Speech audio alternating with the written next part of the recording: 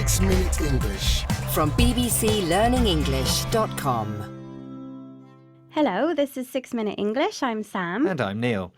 Do you like sad music, Neil? Well, when I was younger, if I had a breakup with a girlfriend, I would listen to sad songs. Songs which reflected my mood. And do you still listen to those songs now? Not so much, but I do still like them. Well, it seems as if there might be a biological reason why some of us do like sad songs.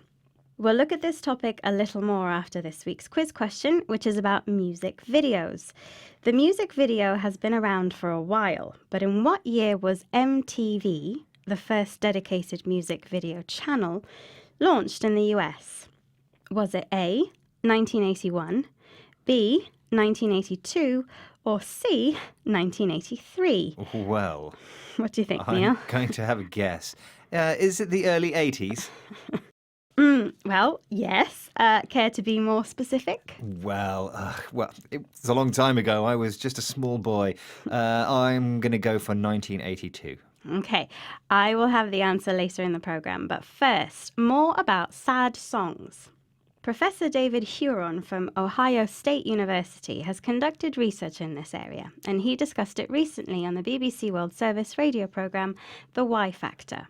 He was looking at why some people like sad music and other people really don't like it at all.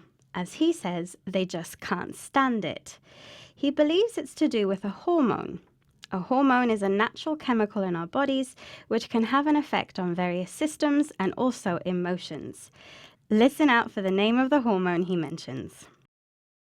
One of the things that we were interested in is what's the difference between people who listen to sad music and who love it, and people who listen to sad music and who just can't stand it. In our research, it started pointing towards a hormone called prolactin. Now, prolactin, as you might guess from the name, is associated with lactation, for breastfeeding. When people cry, they also release prolactin. And there are circumstances in which prolactin seems to have this comforting effect. So, which hormone did he mention? He talked about the hormone called prolactin, which he said was connected to lactation. This is the production of milk by mammals to feed their young. What he noted was this hormone can be released when people cry, and in some cases, this hormone has a comforting effect. When something is comforting, it makes you feel better. It calms your emotions. Let's listen again. One of the things that we were interested in is what's the difference between people who listen to sad music and who love it, and people who listen to sad music and who just can't stand it. In our research, it started pointing towards a hormone called prolactin. Now, prolactin, as you might guess from the name, is associated with lactation, for breastfeeding. When people cry, they also release prolactin. And there are circumstances in which prolactin seems to have this comforting effect. So what conclusions did he make about this hormone and how it might be working? Professor Huron explains.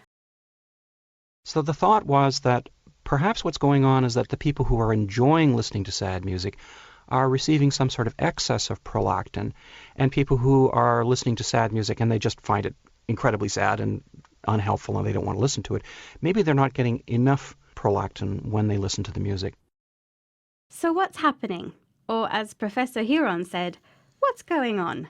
Well, it seems quite simple, though I'm sure it's very complicated.